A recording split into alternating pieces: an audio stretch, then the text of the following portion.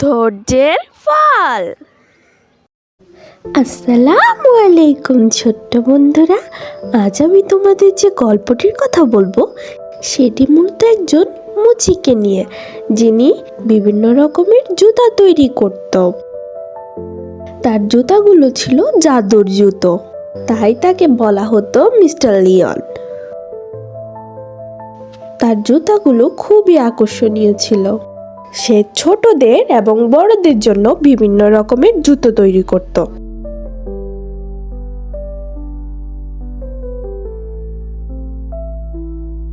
একদিন একজন মহিলা তার দোকানের সামনে আসে জুতো কিনতে। সে একটি জুতা দেখে খুবই পছন্দ করে। হঠাৎ একজন দোকানদার গাড়ি নিয়ে আসেন এবং সে মহিলাটিকে ডাকেন এবং তার দোকানের জুতোগুলো দেখান।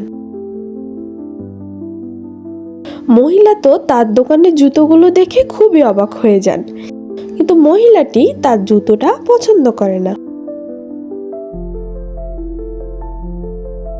তিনি চায় ওই জুতোটি কিনতে, কিন্তু এই দোকানদারটি খুবই চালাক ছিল। সে জাদু দেখায় এবং কম টাকায় জুতো বিক্রি করতে চায়, তাই মহিলাটি তার থেকে জুতো কিনে নেয়।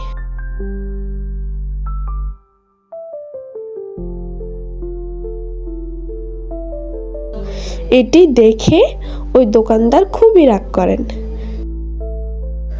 তাই সে ঠিক করে সে আজকে নতুন আরেকটি জুতো তৈরি করবে, যা সে কালকে বিক্রি করবে।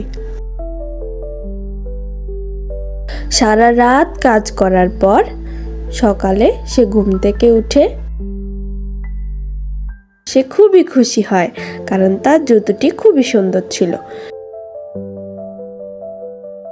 বিক্রি করার জন্য প্রস্তুত করে, কিন্তু আজও লোকটি জাদু দেখায় এবং তার মতো অনেকগুলো জুতো বের করে। তার জুতোগুলো ছিল খুবই নজর কাড়া, কিন্তু কেউই মিস্টার লিওনের জুতো সম্পর্কে জানতো না, কারণ মিস্টার লিওনের জুতোটি ছিল মিস্টার লিওনের জুতোটি ছিল জাদুর জুতো, কিন্তু এ সম্পর্কে কেউ কিছু জানতো না। তিনি প্রায় অনেক ডিসকাউন্ট দেওয়ার পরও তার একটি জুতাও ঠিকমতো বিক্রি হয় না। একদিন তিনি হতাশ হয়ে দোকানে বসেছিলেন। তখনই তিনি দেখতে পান ওই লোকটি তাকে একটি কাগজ দিয়ে যায়। এটি ছিল মূলত একটি চুক্তিপত্র। চুক্তিপত্রটিতে ছিল যে লিওন যদি তার সকল জুতো তাকে বিক্রি করে দেয় তাহলে তাকে কিছু টাকা দেওয়া হবে, কিন্তু লিওন হতাশ হয়ে কিছু না করতে পেরে তার জুতোগুলো বিক্রি করে দিতে প্রস্তুত হয়ে যায়। কিন্তু সে তার জুতোগুলো বিক্রি করতে প্রস্তুত ছিল না, কারণ সে তার জুতোগুলোকে খুবই ভালোবাসত।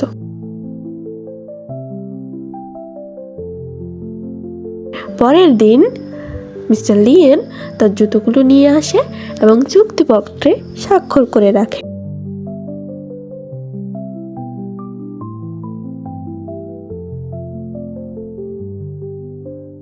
সে তার সবচেয়ে মূল্যবান জুতোটি লোকটিকে ওই অর্থের বিনিময়ে দিয়ে দেয়।